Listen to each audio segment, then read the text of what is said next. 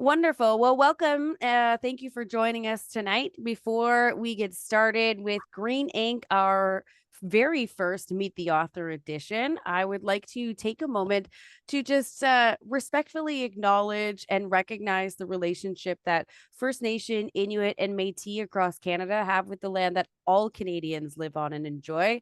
We would like to recognize that Climate Reality Project Canada, our office is located on the land that has served as a site of meeting and exchange amongst Indigenous people, including the Haudenosaunee and Nishnawbe nations. CRPC looks to honor, recognize, and respect these nations as traditional stewards of the land and the waters for which we are on today. I would also like to recognize where I am with the Atlantic Canada Climate Network. We operate on the traditional unceded territory of the Mi'kmaq, Wolastoqiyik, Passamaquoddy, Penobscot, and Abenaki nations, or the Wabanaki Confederacy, as well as Innu and Inuit peoples. We are in Mi'kmaqi, so this is the territory of the Mi'kmaq. It comprises of present-day Nova Scotia, Prince Edward Island, parts of Quebec, New Brunswick, Newfoundland, and Maine. The Mi'kmaq have been connected to this land and these waters for thousands of years and continue to be so in the present. And this also reminds us that each of the 634 different First Nations communities, the 53 Inuit communities, and the 8 Métis settlements have all very unique historical, cultural, spiritual, and environmentally sustainable connections to the land that their people and ancestors have inhabited since time immemorial. So at this moment, we would like to start off our meeting by encouraging all Canadians and visitors to these lands to learn about and regularly acknowledge the historic and current relationships that exist between the unceded land on for which we live and work and thrive and enjoy, and First Nations, Inuit, and Métis communities. We also encourage all Canadians to consider how they can personally contribute to Canada's reconciliation with Indigenous peoples. We're very grateful to be here tonight. And of course, our wonderful guest of honor is Osprey Orielle Lake. Osprey is a prominent advocate for social and environmental justice, serving as the founder and executive director of the Women's Earth and Climate Action Network, or the WECAN network. It's an international network. She has a strong commitment to promoting climate justice and collaborates with grassroots leaders, policymakers, and diverse coalitions globally to build resilient communities and advocate for a sustainable future. Osprey is also the co-chair of the International Advocacy for the Global Alliance for the Rights of Nature, and has played a pivotal role in organizing initiatives such as the International Women's Earth and Climate Summit. And her work emphasizes the integration of women's rights, Indigenous rights, and environmental protections, underscoring the interconnectedness of these issues in addressing climate change. She, of course, is an accomplished author, which brings us to her today. She has written extensively on environmental topics, including a very beautiful award-winning book called The Uprisings for Earth, Reconnecting Culture with Nature. And of course, her latest book we have just reviewed is The Story is in Our Bones, and that explores themes of worldviews and climate justice. And we're going to talk a bit about that this evening tonight. So with so much humble gratitude, welcome, Osprey. We're so excited for you to be here. Well, thank you so much for that very, very generous introduction. And I'm really glad to be here with all of you. Thank you for inviting me. So we have had the wonderful time over the last 3 months of getting together and exploring the themes within your book. It has launched many robust conversations, and we're very excited to have the opportunity to explore some of these themes with you. First off, I feel like out of the gate, it would be wonderful to get to know you a little better. So I was wondering if you could tell us your personal connection and how nature has influenced your perspectives on environmental activism and climate justice. Mm. Well, first of all, I'm really thankful to all of you for reading my book and having it be part of your book club. For authors, it's always really exciting to, know that your book is really being read and talked about, which is why many of us do this work. Certainly from my side, it is not a commercial venture. It's really about sharing ideas and, hopefully adding to the discourse around the current conditions we find ourselves in and what we're going to do about it. And that's sort of like generating this narrative out in the world to create a conversation. So I'm really thankful to be in conversation with all of you. Super curious to see what nuggets you've pulled out, and what was interesting for you, or what you might have questions about. It's an ongoing dialogue. It's not a topic around worldview or climate that is all neat and tidy for sure. We're in big times right now, big times of transformation and challenge and opportunity. I'm here on Coast Miwok lands, which are Northern California, about an hour out of San Francisco. And I've lived in many different places in the world, but I call California my home. I grew up primarily my formative years, as they call it, in the town of Mendocino, which is about 4 hours north of San Francisco on the coast. And that's where I really uh, was opened up to my connection with nature. I had lived in San Francisco prior to that primarily. Was basically a typical city kid. And then when I was, between 9 and 10, my parents got divorced, and it caused a big transformation in our life, a lot of trauma, but also transformation. And my mother decided she didn't want to raise two girls in the city by herself and moved up to Mendocino. So it was a big shock to sort of be in an urban environment and then go to a rural environment, which at first seemed catastrophic to my sister and I, but ended up being one of the best blessings ever to learn from the land, to live in the country. And in that part of the world, the redwood trees are magnificent, the old growth redwood trees, the ocean and river habitats, the migration of the whales, all of these things became my backyard, my teachers, my friends, my place of communion with nature. And my first campaign actually was to protect the redwood forests in the region from logging. So that's how I cut my teeth on my first campaign, was protecting the redwoods, which I loved so dearly. And the last thing I'll say is it's also where I really had the awakening that things were really awry with our world, because it's, as I was hiking more and more and taking more time hiking in the wilderness, one thing, sorry about that, let me turn off the dinging, apologies for that, is the fact of seeing my first clear-cut forest operation, which devastated me. It was, maybe when I was 12 or 13, and I could not believe what I saw. These places I had been going for joy and learning and beauty and healing, to see a clear-cut operation as far as the eye could see was devastating to me emotionally, and began a lot of my questioning around how we were treating the earth. And so that really began my journey of caring for our earth, and wondering how could we be possibly coming from a society that was creating that much destruction to nature. So I think I'll stop there. That's very powerful. And I think it's something always like that, a catalyst where it makes us really consider ourselves, that creates some very impactful land and water defenders around the world. So it's very interesting to hear. And you did talk about this in this experience in your book. You also talked about the impact of this dominant worldview and that relationship with the earth. Can you elaborate how, like, capitalistic, colonial, patriarchal systems contribute to environmental destruction for people who may not be as well versed in experience, and how those intersect? Yeah, I mean, I really became interested in looking at like systemic change and systems of oppression that need transforming and dismantling, because in my everyday job at WECAN, as you saw in the book, I gave some examples, but pretty much every day my work is very engaged with protecting forests, as we've been talking about, but also reforesting. We have really beautiful work where reforesting in the Atombe region in the DR Congo, or we started working now in Ecuador and in Brazil, working with indigenous women to reforest areas that are degraded because of extractive industries and also the ongoing impacts of climate change real time.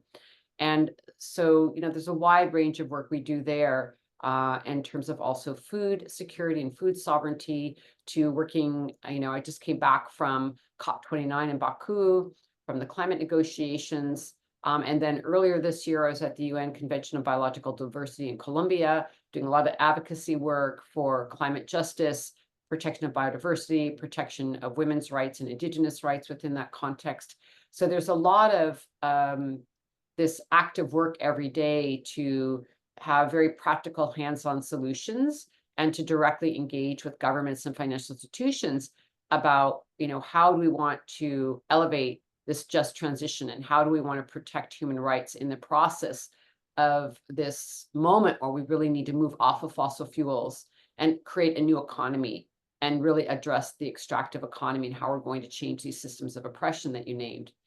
So for me, a lot about writing the book was how do I go upstream and look at the worldviews that have generated patriarchy, capitalism, colonization, racism, imperialism. How did we come up with these systems that are basically different forms of supremacy and hierarchies that are quite destructive, where we've moved away from egalitarian systems of governments, but also from this sense of, because we can never really be disconnected from nature, we are nature, but this feeling and presence and taught knowledge that we need to unlearn, that we're disconnected from the earth. And how did we generate a society where we have this sense of orphanage from our earth lineage and how much destruction that causes when we don't feel ourselves alive and awake as part of the web of life in a regenerative way where we're in reciprocity practices with nature and not taking more than the earth can handle and all of these things. So, to get to your question, it's like, how did these systems come about? And that's what I really wanted to look at, these worldviews in the book, so that while we do this daily work of putting out fires and trying to heal communities and stop governments from going further down a track of an extractive economy, et cetera, if I could wave a magical wand and end the climate crisis tomorrow, which I would love to be able to do, even if I did that, it would not change the other environmental extractive projects or colonization and environmental racism and all the other issues that we have that are very dangerous to a healthy and just world. And so it starts begging the question, well, yes, let's have these fights, but we simultaneously, not in substitution, but it simultaneously need to look at root causes. And when we get to root causes, we look at these systems that you've named. And then we begin to look at, like, where did they come from and how do we dismantle patriarchy? How do we transform colonization? How can we look at this idea of supremacy and where did it come from? And so this is what I'm looking at in the book of how do we start looking at, what drives people to feel fear and greed? What drives people to feel like they need to overconsume because they feel empty and therefore not belonging to the earth, which causes one of the main causes of overconsumption and feeling like you need to have more and more and more and more because of not feeling connected to the web of life, not feeling belonging to community, to the human community, let alone the community of nature. And so these are the kinds of questions I think we need to ask when we look at worldview and how do we regenerate a living earth cosmology that we're part and particle of to heal some of these harms so that while we're stopping everyday struggles and working to bring different systems, that we also address it at a holistic level. Otherwise, we're sort of in a whack-a-mole situation that will endlessly continue when we actually need to get root causes and have deep cultural transformation as well as personal transformation, because it also starts within us personally.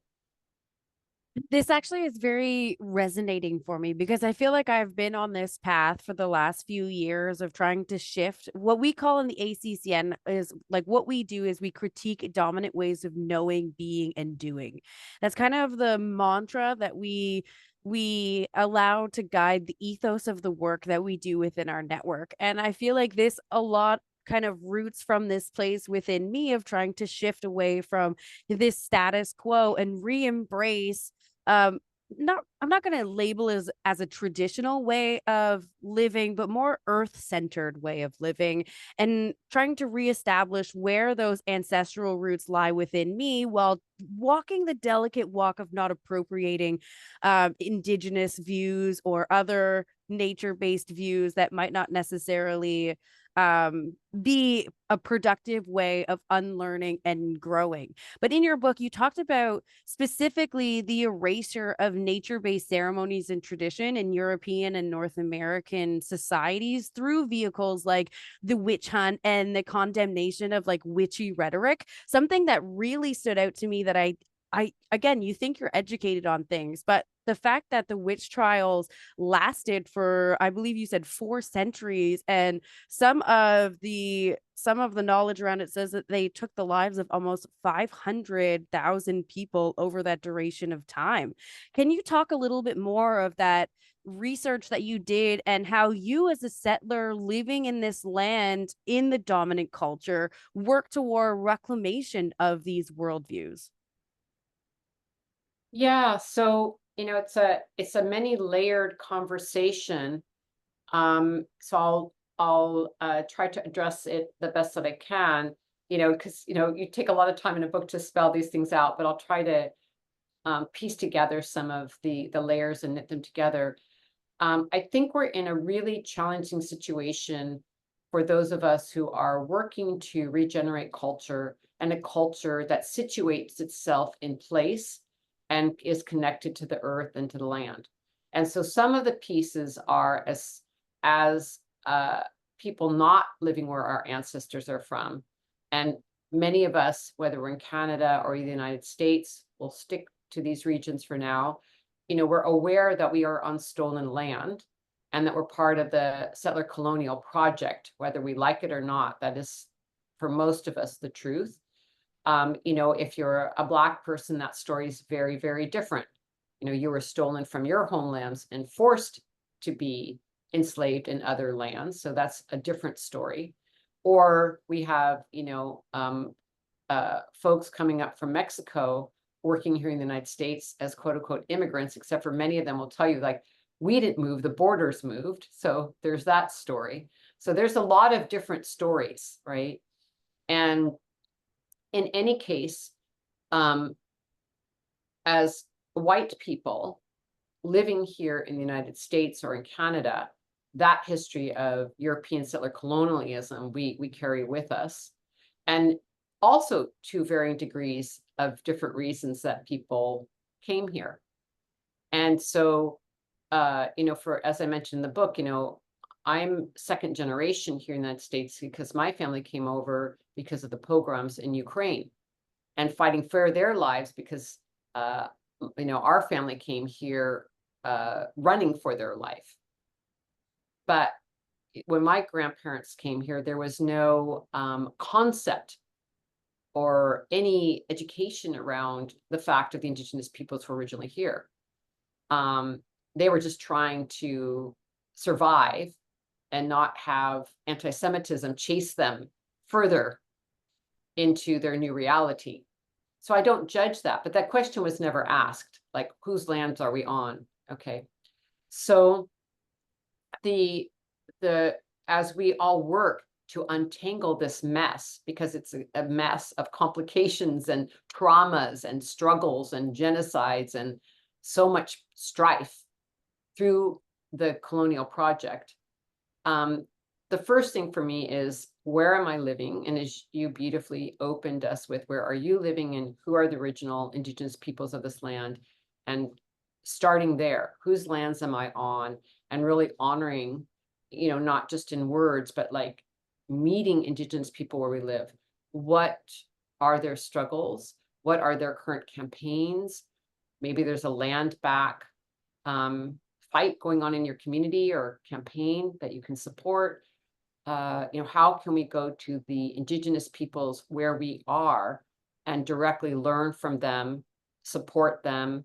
There's a wonderful, powerful leader that lives across the bay from us in Oakland, Karina Gould, who has an incredible organization that they've developed a land tax that people can voluntarily contribute to support Indigenous peoples to be good hosts to all the people that are now here on their lands. And there's so many examples of how these things are starting to be discussed and practical solutions about how do we actually integrate with Indigenous peoples and honor and respect their rights, their leadership, wherever we live. And certainly at WECAN, this for us is also very global. I mean, we work on Indigenous rights all the time as a main component of our climate justice strategy and support for Indigenous peoples in many, many different ways. I'll leave it at that. So, getting to know the Indigenous peoples where we are and respecting and honoring that relationship first and foremost, and how we support their advocacy work or campaigns and in practical ways. So that's one piece of the story. But this other giant piece of the story is, who am I? Who are you? Where did we come from? And knowing that there's also layers to that. There's like perhaps our grandparents and our great grandparents and our family stories and traditions that we bring with us. And some of those can be, laced with colonial practices, right? And so again, I approach this very gently and lovingly because it's not helpful to be judging or aggressive. These are tender, tender topics of who are we and what we belong to and what we believe in and our concepts of the world and our spirituality and our family ties. So these are very, very, very touchy topics that need a lot of tenderness to approach. But I think it's essential to do it because I think if we haven't done our own homework on our own ancestries, we show up empty, which creates violence because of, again, of this lack of belonging, lack of understanding who we are. So in addition to a lot of the more current work I've done on my own ancestries, I think it's also vital, additionally, because there's a lot of responsibility. I mean, there's lots of dialogues about what if my ancestors, were, part of the military that killed Indigenous people. It's like, how do I create reparations and healing around that story?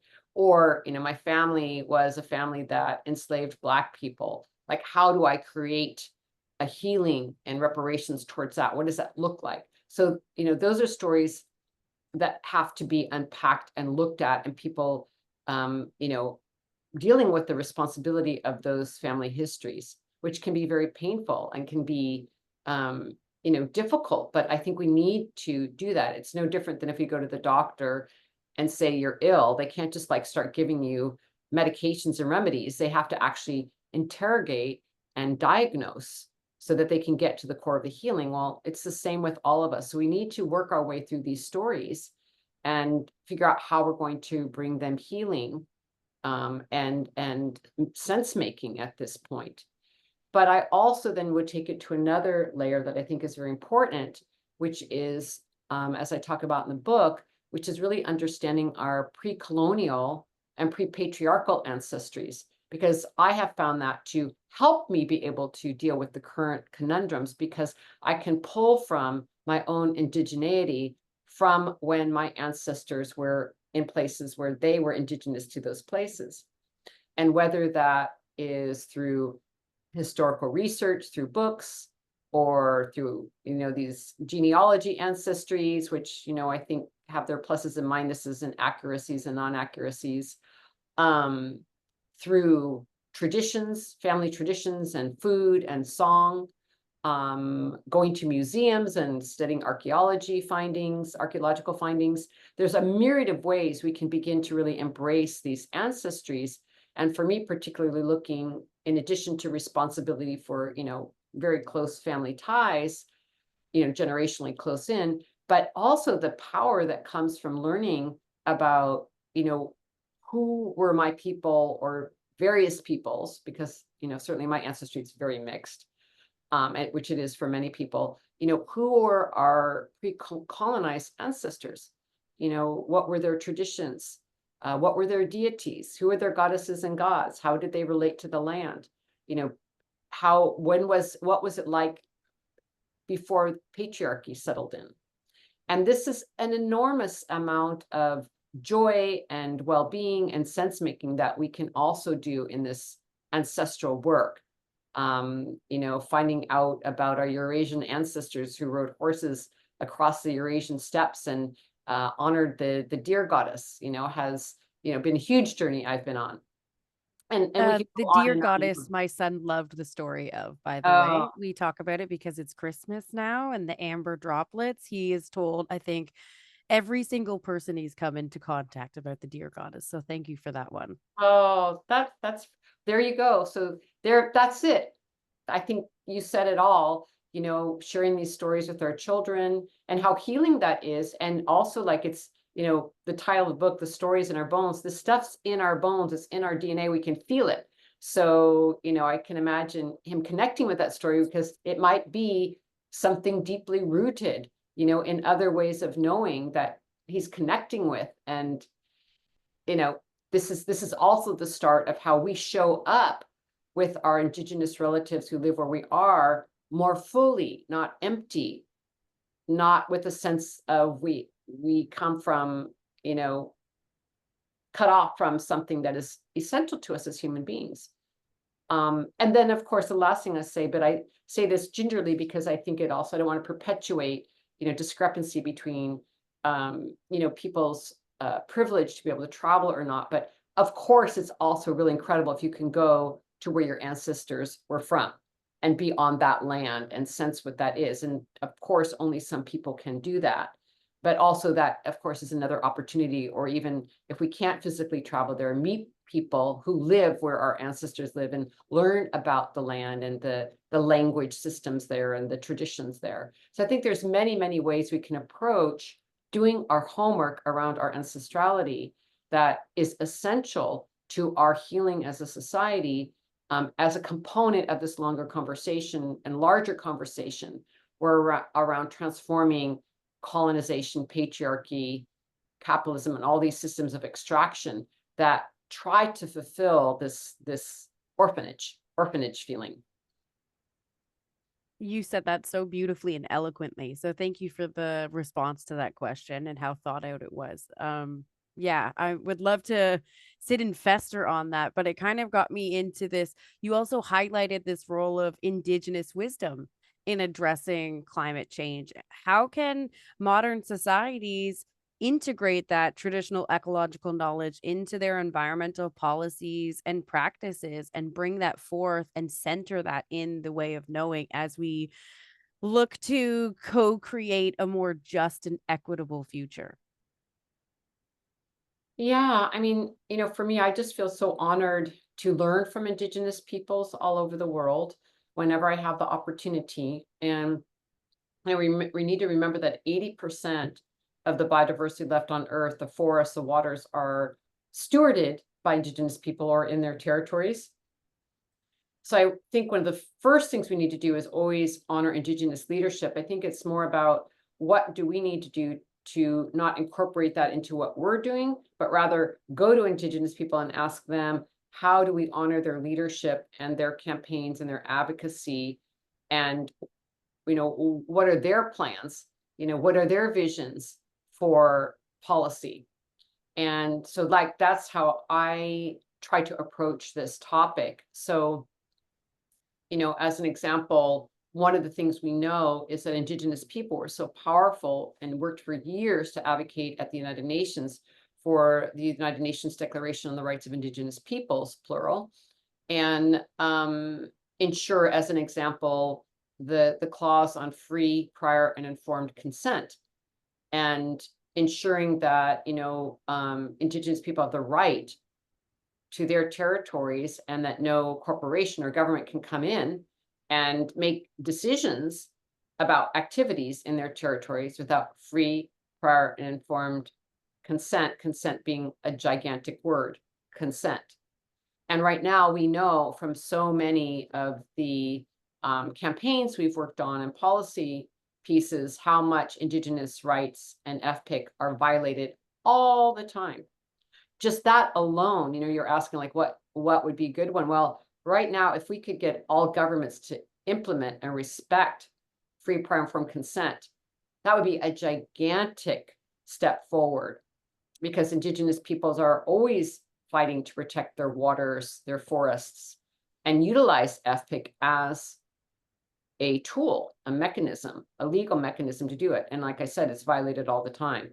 And so that's like something I think we all need to rally around. Is like, how do we get governments and financial institutions who invest in harmful projects to implement FPIC and respect them? Even many banks that, we advocate to stop harms, they have Indigenous rights in their policy, but then they don't adhere to them. And, we could go on and on this topic. So, to me, I think Indigenous rights is one of the ways that we can best uplift environmental protections is through Indigenous rights and the leadership of Indigenous peoples around implementing FPIC. And then there's just, a host of Indigenous knowledge, traditional ecological knowledge about how to live and place well and to live in harmony with where we live. And I think anytime we can learn from Indigenous peoples about those practices and knowledge systems, we should be doing that. So, when we do these reforestation projects, we create big listening circles. The first thing we do is a listening circle of like what traditional ecological knowledge Indigenous people there have about their forests, and how do we create that into a co-created program, so that that knowledge is respected first and foremost. So yeah, I think it's time for us to sit at the feet of Indigenous peoples in their territories and learn from them how to be on that land and what that land needs, and then build programs there. And the last thing I say is, we'll say, because it was in the book and maybe a good example, is from the Sadiaco people who live in Ecuador, in the Amazon in Ecuador. And they put forward something called Kalsak Sacha, or the Living Forest Declaration, which I was so moved about, which is why I included it in one of my chapters in my book, because I was really touched that, after years of them not only enduring colonization, attacks and threats and harms, they came to the conclusion that they needed to articulate their forest protection program and their idea of forest management that they've had for millennium as, original peoples of the land, and translate that into something that they could offer back to Western society and say, actually, this is what forest management looks like ecologically, physically, spiritually, what needs to happen. And I was really touched by that, like reversing the tables of saying, no, actually, let's hear what the Indigenous plans are and Indigenous management looks like. And I think that's something that we all need to really respect and pay attention to, and would be very helpful. Actually, before we started this conversation, we had a book club meeting where we talked about traditional ecological knowledge and research and how it's centered on this even still very extractive patriarchal kind of understanding where, for example, you'll have male researchers come in and they talk to usually prominent men within the community, but that sometimes fails to grasp the facets of traditional ecological knowledge that is strictly gendered towards women and how women interact with their ecosystems and all of the knowledge that is then passed down, but not necessarily included in some of the mainstream research. And I know that your work really focuses on woman empowerment and centering woman experience within kind of co-creating this new equitable narrative. Can you talk about some ways that you have had these types of experiences where maybe we have come to a conclusion about traditional ecological knowledge that still was rooted in patriarchy, that failed to adopt the multifaceted concepts that are engendered within the woman or feminine role within communities? Do you have any instances of where that has been something that you've experienced as well? Yeah, I mean, I think, this is why, there's this overlap of like colonization and patriarchy, extractive industries, capitalism are all very intertwined. They're all very intertwined because once we move away from an egalitarian view of society, it begins to create, as I was mentioning earlier, these hierarchies. and systems of supremacy, whether that's men over women, or humans over nature, or white people are more important than indigenous, black, and brown folk. It continues to disrupt our capacity for truth, for understanding the natural systems, because there's not an appropriate worldview, an eye to see what is there versus translating everything through these systems of oppression.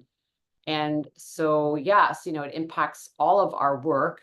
I can, and I think this is where we can get a little bit refined that, I think all women around the world, women in all their diversity, and when I say all our diversity, I mean not just getting into binaries of women and men, but across the gender spectrum, there is, discrimination against women and gender diverse people all over the world, and every woman experiences it.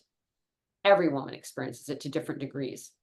And I say to different degrees because then, it's very important to point out that, not only are we dealing with patriarchy, but if you're a woman of color, if you're indigenous, black, and brown, I mean, then you have this other layer, which is also important. And it's, I bring this up in the book, to ensure that we don't repeat, the feminist movement as it started, which was primarily, white feminism. And we need to really understand that, if we are not looking at gender and race at the same time, it's very problematic. It's not truly a feminist movement unless we really look at the fact of gender and race together, which, in a practical sense, we've done it 4 years in a row on an annual basis. We've been putting out a report called The Gendered and Racial Impacts of the Fossil Fuel Industry and the Complicit Financial Institutions, because it's aimed at getting banks to divest from harmful projects. But we wanted to specifically show that there's a gendered and racial impact, meaning indigenous, black, and brown women suffering from the fossil fuel industry in a very specific way that is disproportionate because of gender and race. And no one had done those studies before so explicitly to do disaggregated data like that. And so it's become really valuable in our movements to be able to really specifically point out what are these harms and why are they happening in these communities. And so I think it's really important that we continue to be very specific around gender and race as a unit of thought, if you will, like not separating them out, and learn from especially black and brown and indigenous women, in all of their diversity, and again center those voices and have that be the leadership that we really adhere to first and foremost. And of course I see it all the time. I mean, I'm in policy space. I mean, do we have 20 hours to talk about how I have experiences? I mean, I'm sure every woman on here has like 100,000 stories. So, I'll just name a few things that are like really, really blatant. Like, I think there was a study that we looked at, and I don't think I have the percentages exactly right, but it's close enough that, at one of the recent COPs, not this year, but last year when they did the study, that even though we know statistically, and I won't go into it because you can go to our website, we have a whole page on why women, where we go through, and in the book, I share some of the stats of why you can't get to sustainability without women's leadership and the crucial role of women's leadership. Like, it's not possible. And how women are leading these movements and are the backbone of resistance efforts and are, leaders on environmental policy. We could go on and on with all the stats. Given that we know this, and we've had the stats for years, it was like a year or two ago when we did the study, there was like 73% of the talking time at the annual UN climate talks was done by men, 73%.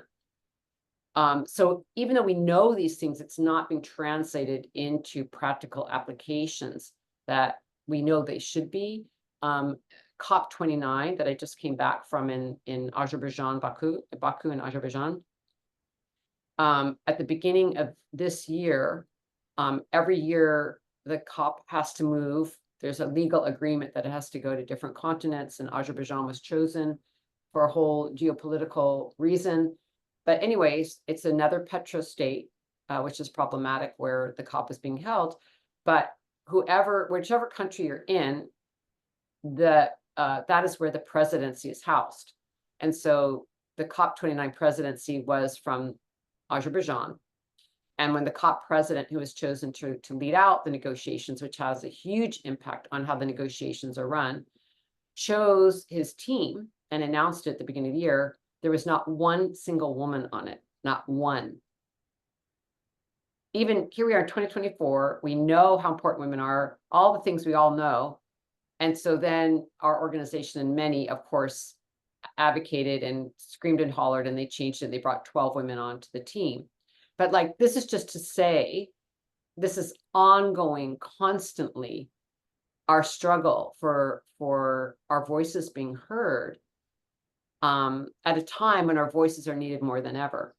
You know, whatever community we're from, we need to center women's leadership, and especially Indigenous leadership and women of color's leadership. I mean, like, it's absolutely one of the biggest things that's missing and a critical component of the solution aspect of what we're doing. And so, yeah, I stressed it heavily in the book, and I would just finally say on this topic, because I really want to be very sort of comprehensive here, is there's a political component of women's leadership and all the things I just said, but I also think we need to understand spiritually and emotionally how important this is. Um, since you read the book, there's no point in shying away from the fact, that I'm working also to uplift our knowledge and spirituality of the goddess traditions, and how important that is, and the loss of that to humanity, of seeing Mother Earth as a living being and the earth as alive. And whether you want to call that Mother Earth or by different goddess names, Gaia, however you want to name that, the fact of this living Mother Earth that we are part and particle of, that loss has also led to the crises we're in now. And we need to find ways to regenerate that sense of holiness with the land. And that's part of also lifting up the female in every aspect. Oh, I have to say that it radiated. The consensus is that we feel like we're gonna kick some ass moving forward. I think that reading this book, especially the beginning when we talk about women's empowerment, I personally can say that I felt this zest, and also, and it's weird to say this, but being seen within the scriptures and within all of the stories and within the anecdotes that you're sharing of this power from the matriarch, the power of being so intrinsically connected to the world and intrinsically connected to our emotions, and that being of value. And I think that that all resonated really well. And actually, like when you were talking, I was thumbing through my notes here because I got stuck on this Alice Walker quote that you talked about, saying that activism is the rent that I pay for living on the planet. And there was something in me that really deeply sparked. You talk about and explore these concepts of sacred activism. Could you explain this term and how it relates to reimagining our relationship with the earth? Yeah, I mean, I think that, I think one of the things that's very challenging about our current cultural context is how um, different aspects of who we are as human beings and in relation to the earth are put into different compartments. Everything is very compartmentalized. And so we're going to be political over here, and then emotional over here, and then we're going to be spiritual over here, and academic over there. And this is also something that we need to work to transform, to be more integrated in our world. And so when, we talk about activism, or our political context, mostly the cultural norm is that we can't talk emotionally or spiritually, like that's supposed to happen over here. And that those aspects of who we are devalued in that space. And, I try to get into this a little bit in my book about how, one thing that women are bringing to the table, not that men can't as well. I think it harms men to not be able to bring their spirituality and their emotional systems to the table. We all need to bring our full selves to the table at this point. But at this point, the strength of bringing that emotional and spiritual context is really coming from women because of the oppression of our patriarchal systems. And when we do that, when we bring our emotional and spiritual selves to a political context, it's often seen as fluff or not important, or it's devalued. When in fact, I've been at plenty of meetings where, if we're meeting with a financial institution, a bank, or an asset management firm, where we're bringing frontline women to talk about the impact of a certain pipeline project or an extractor project in their community, and they're able to articulate very powerfully, legally, what is going on, scientifically and technically what's going on. That is very critical. But they also can look you in the eye and tell you, my children have cancer because of this project, or the water is poisoning my family in this way. And like, you live someplace that has good water, and this isn't harming you. Your activities are harming me and my family. This project is killing our community. Those emotions are critical to the transformation of the discourse and the dialogue. So not only are those emotions, devalued, I also think, whether it's on purpose or not, it's sort of a defense of the patriarchy to not allow those emotions and those spiritual understandings into the conversation, because it starts dismantling the system. It starts dismantling the argument, because you're beginning to hear from people's lived experience of being harmed, and that should impact corporate and political decisions. And so I always like to think about our spiritual practices, our emotional practices, in a very valued way, and consider them part of our political discourse, and quit sort of compartmentalizing these things. And so that is, sort of, why I think it's so important that we become more integrated and able to express ourselves fully as women in these spaces and what we're bringing. I don't think I answered your question. I think I got lost, but anyway. Well, no, it's that sacred activism. You Yeah. talked about it really, and it's the ethos, right? Like when you live in a space, when you care for that space, you have to defend that space as well. I think that if you were to talk about sacred activism in the same way a mother talks about defending their child, people would really resonate. And if you extended that same love and kinship to the more than human world, this more than human community that you live in abundance and in partnership with, that's when you start to have these deeper entrenched feelings. And this really gets into that rights of nature. I know that here in New Brunswick, we have been pushing for the Environmental Bill of Rights. And last month, we had another nonprofit organization that was touring around the country talking about the rights of nature as well. And we talked about this as really centering law and society around that right of nature, which I think for people who care about the environment and are involved in what happens, this makes sense. But there was one thing that I kind of like jotted down as I'm a note taker while I read. And there was one thing that I jotted down, and it's developing a language of love for the earth in a dominant culture. How do we move forward and do this? Like you're talking about in these moments, like showing your vulnerable side and being in relation with your feelings. But when we are in this dominant culture that is very extractive and capitalistic and kind of centers this stoic nature, how in your experience do you see us developing this language of love for the earth? Hmm. So that we can push environmental rights and these nature rights. That's beautiful. I mean, I do think, again, it goes back to talking about a little bit earlier about, we need to normalize that we can talk about love in political spaces. Let's just start there. That our love for the earth, our love for the forests, the waters, the moon, the fish, the trees, our children, our families, that, we're getting more fierce, but the fierceness is because of our love.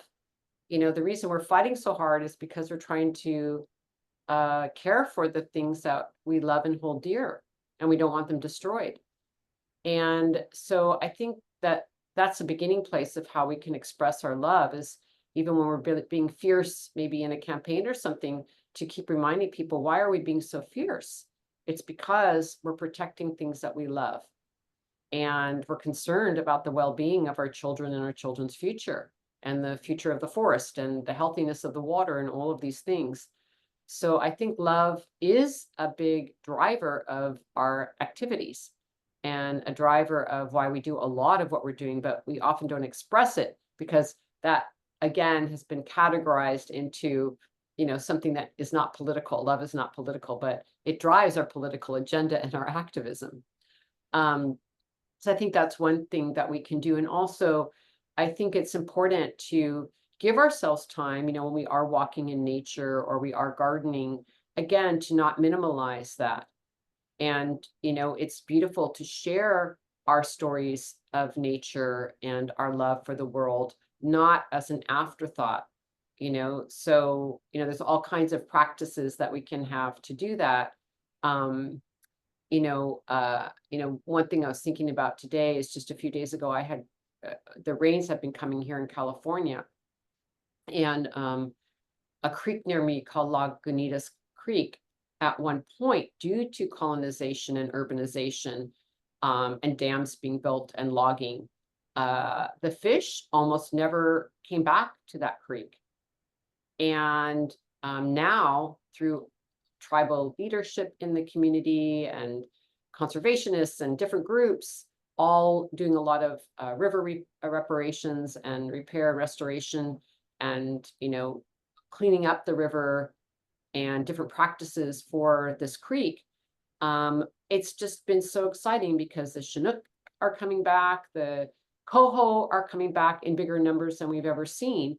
And you can really see the land being healed by this, and I'm sure all of you, because you're Canadians, you know about these things really well, but just to say the magic of watching these fish and their determination to go upstream and like putting their life force to make their way up these streams and then to make their spawning beds and then lay their eggs, and then the next thing they do is basically die, like this life and death cycle is just so magnificent. And then when they die, their bodies give back to the forest, and all those ocean nutrients that are so needed for the forest well-being are given away through the fish to the forest. And just the magnificence of that whole cycle is so profound. That to me is a love language that we need to celebrate just by telling those stories and the things that we see in nature every day that are magnificent, and not minimalizing that. I mean, I think people spend more time talking about the television show they saw and some episode of what have you than talking about the salmon that returned and how magnificent they are and just the miracle of it all, and this is what I think we need to keep reintroducing to ourselves and our family and our loved ones and in our public discourse, is just how awesome it is to be alive. Like, how did we lose a sense of awe and wonder, which we need to restore? And, it always amazes me that can't it be enough that the salmon are here? Can't it be enough that the moon has cycles? Can't it be enough that we see stars over our head? That we know that, that we're just part of gazillions of planets and galaxies all over the world. Like, all this should be enough to make us just stop and be good people and live well, just because it's so magnificent. So that kind of love, I think, has a real place. That was such a beautiful and powerful sentiment. So thank you for sharing that with us. I think that yeah, I probably couldn't have I'm a talker and I don't think I could have topped that. That was a really good one. And ironically, my next question was going to be how storytelling plays all in this, but I think that you have just illustrated the beauty and enthralling nature of storytelling with your previous answer. So much gratitude for that. Osprey, this has been a wonderful time with you talking about not only the profound messages and experiences that you've shared in your book, but also what it's brought you here. And so we appreciate this time. I would like to ask if anybody has any questions that they would like to ask, just given you've probably taken in a lot of information now. Is there something that you would like to ask Osprey while we have a moment together before we close?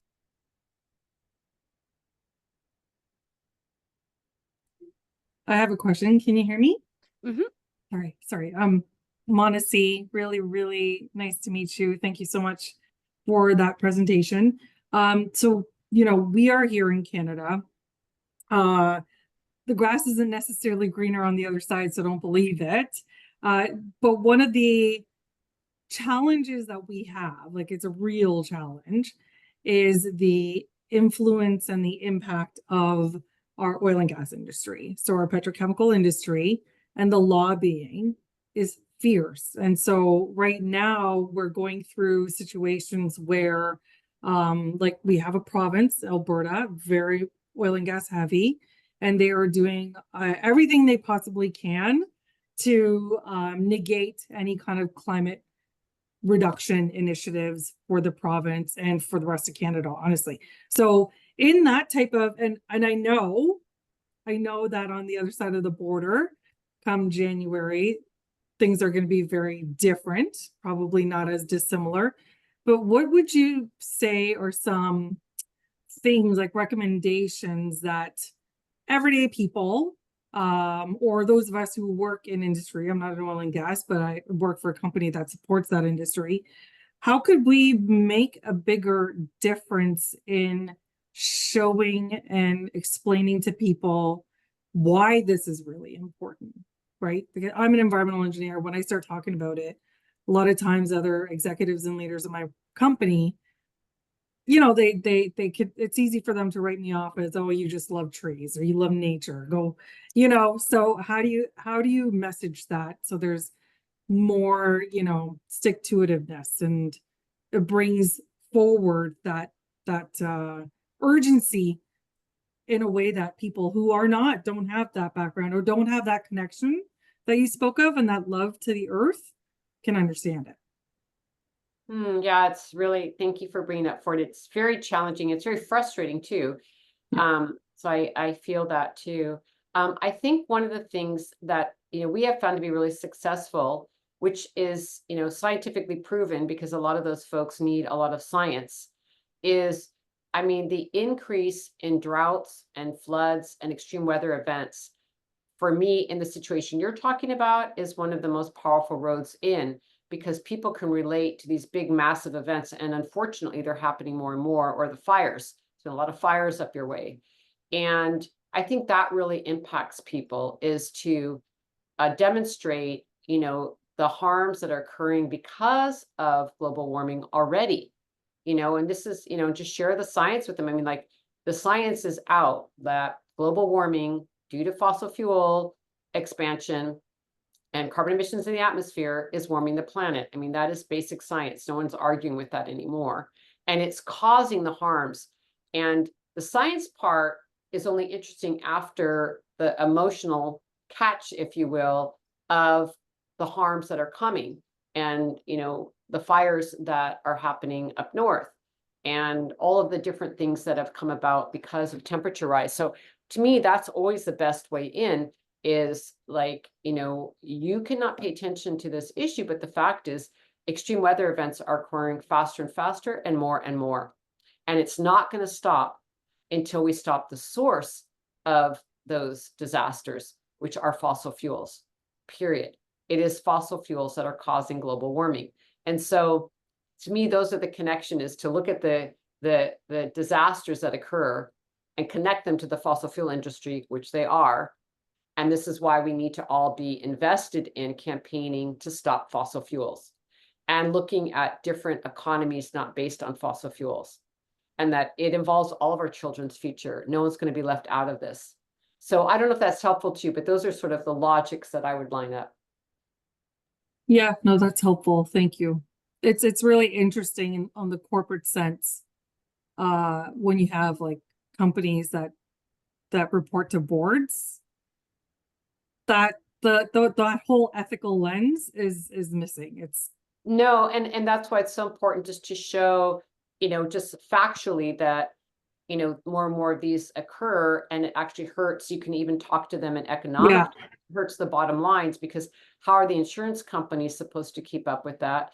And also, I've met with many executives from corporations and financial institutions, and we don't have time to go into like a 2-hour workshop I usually give them, but in the end, just sort of like showing to them that there's no business, no financial gain on a dead planet. That's a short version of a 2-hour yeah, talk.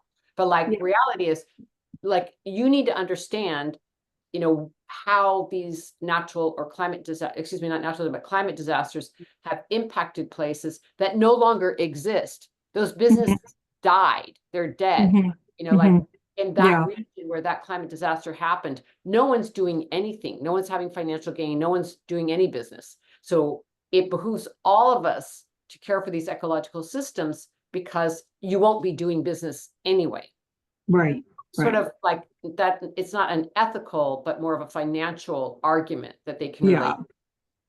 yeah, yeah. Thank you. Is there any other questions?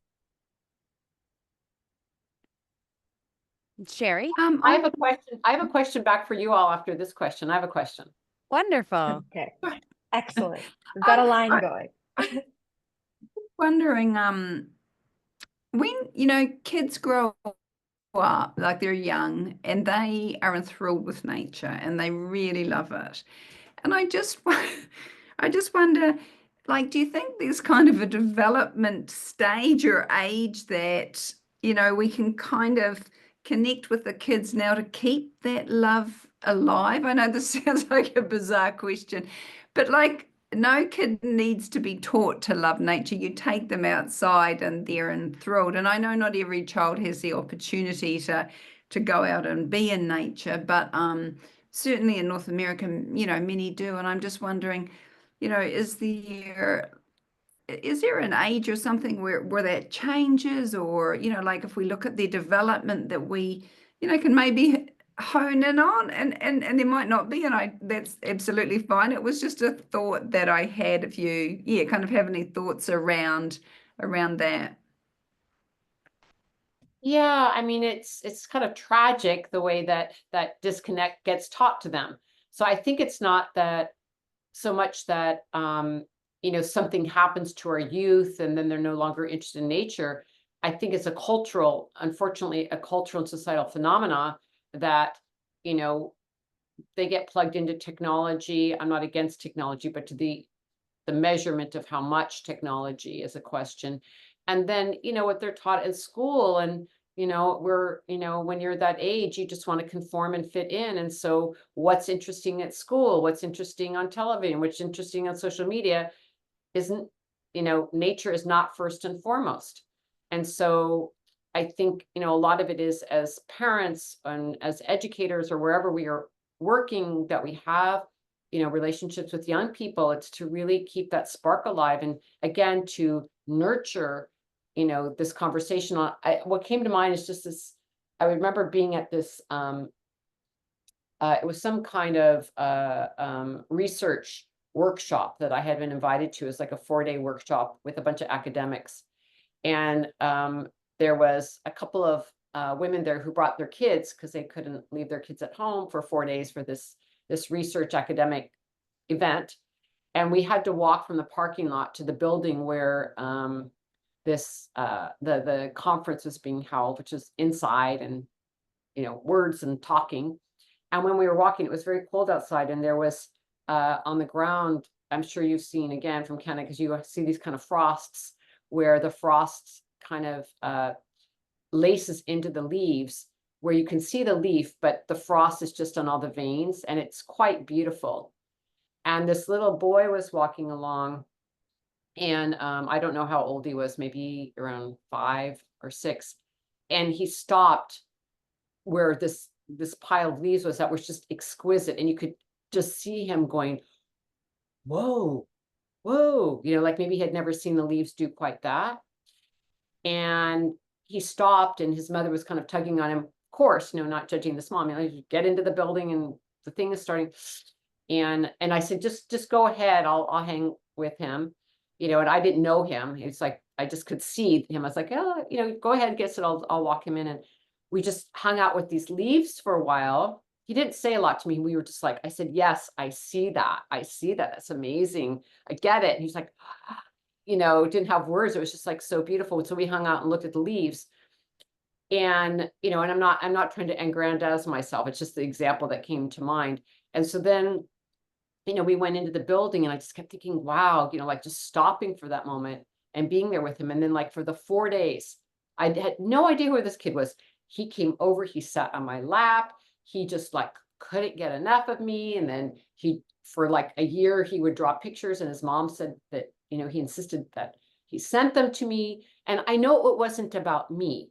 What I understood is that he was loving nature and he wanted to share it. And it made me stop and realize, like, you know, how many times have I not been there with kids when they're trying to show you something beautiful about nature and like making space for that. It's like something I never forgot. And I mean, that story just popped in my head. I hadn't ever thought about it to right now. But, you know, I feel like it's also how, it's not that it moves away from them. We move away from supporting them and their love for nature. And the culture certainly doesn't give it any time of day.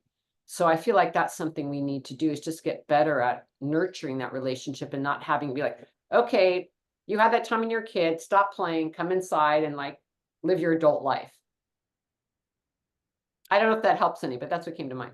No, that was well put. And yeah, I think that everybody in the back of their mind can see exactly what you're saying when you're talking about a frozen leaf. I think the one up from that is a frozen spider web. That's the one that's captivating as well. It's like, whoa, how did that even happen? Is there any last questions before we wrap up this evening? Well, one thing I wanted to share back with all of you is, one, I wanted just to thank you for inviting me. And thank you for the wonderful, wonderful questions and inquiry. And it's really exciting. And I would love to, it would be really great to learn from any of you, sort of questions that you we don't need to ask questions right now, but things that provoked you that also might have been like, what is that? I would, you know, even through an email, we don't need to carry on the discussion because it's quite late, but that would be really interesting for me. Things that maybe were not understood, because just as an author, it's really interesting for me. And then the other thing is, it would be a great gift for me if you have energy and time and capacity to write a review, because we really need that as writers to get our books out there. And yes, even in the place we don't like, which is not our favorite, which is Amazon. You know, for me, it's not the commercial aspect, but, you know, the book is a conversation piece that I really want to get out there. And so that's what I would just kindly, humbly ask, if anybody's interested in putting some reviews on Amazon, that would be awesome. Deeply appreciated. Well, thank you for that, Osprey. I'll make sure to collect all of those questions from our book club members and I'll send them your way. And I know that personally, on the top of my list tomorrow, we'll be writing a review for this book, because very much enjoyed it and am grateful for the time that we've got to spend this evening together, discussing all of the different intricacies of it. And I have continued to recommend it to anybody that has crossed my path in the last 90 days. So thank you for every moment you've spent with us and all the wisdom that you've shared with us. We all have deep respect and gratitude for you. We're excited, hopefully, for another publication, and we can't wait for the next opportunity when we get to meet together like this and hold more conversation in space. Well, thank you all so much. Great questions. What a wonderful group. I can just feel, just how wonderful it is that you have this community. And thanks for inviting me to be with you. Thanks so much.